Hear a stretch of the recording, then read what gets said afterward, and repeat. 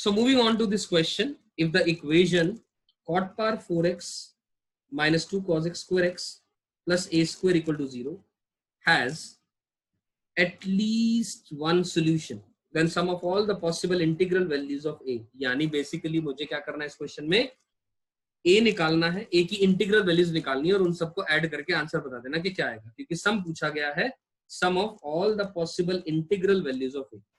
तो ठीक है, सो इक्वेशन दे रखी है, ध्यान से देखें दोस्तों, cot की power 4x minus 2 cos x square x plus का a स्क्वायर इक्वल टू 0। अब हमें ट्रिग्नोमेट्रिक आइडेंटिटीज तो मालूम है, cos x square x is equals to 1 plus cot square x होता है ना। तो इस आइडेंटिटी का अपन लोग इस्तेमाल करते हैं इस इक्वेशन के अंदर में। ध्यान से देखिए, आई सीधा मैं सॉल्यूशन पे ही चलता हूं। अब cos x स्क्वायर x की जगह 1 प्लस cot स्क्वायर x लिख दिया, तो बेसिकली cot x के अंदर में ही ये पूरी की पूरी इक्वेशन आ गई, ठीक है ना। Only one trigonometric function is there. अब ध्यान से देखिए दोस्तों, यहां पर ना कंप्लीशन ऑफ परफेक्ट स्क्वायर कर दिया अपन, कंप्लीशन ऑफ परफेक्ट स्क्वायर। अब कंप्लीशन ऑफ परफेक्ट स्क्वायर किया अगर, तो बेसिकली क्या आ गया, तो ध्यान से देखें, cot स्क्वायर x माइनस 1 का whole square is equal to 3 minus का a स्क्वायर आ गया। अब क्वेश्चन ने क्या कहा है, क्वेश्चन ने कहा है हमें कि it has at least one solution, कम से कम, ये डबल अंडरलाइन करने की बात है, कम से कम एक सॉल्यूशन है।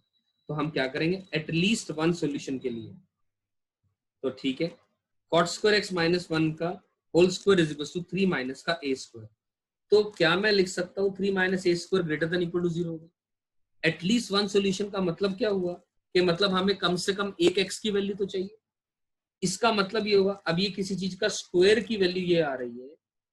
अब आप अपने आप सोच करके देखें, अगर मैं सिंपल सी इक्वेशन लिखूं t square is equals to -2, क्या मुझे इसका कोई रियल सॉल्यूशन मिलेगा?